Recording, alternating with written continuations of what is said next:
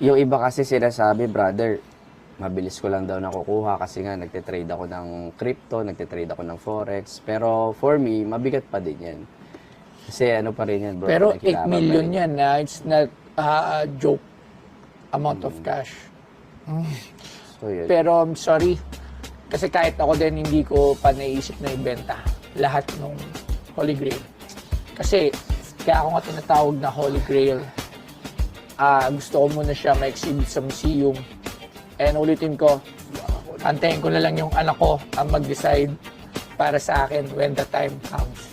So maybe, baka anak mo pa or para sa mga anak natin, sila na magka-deal in the near, hindi in the near. Hindi pa. Sobrang layo pa. Huwag in the near. Ba't palagi ako in the near future? Hindi pa ako mamamatay, gago.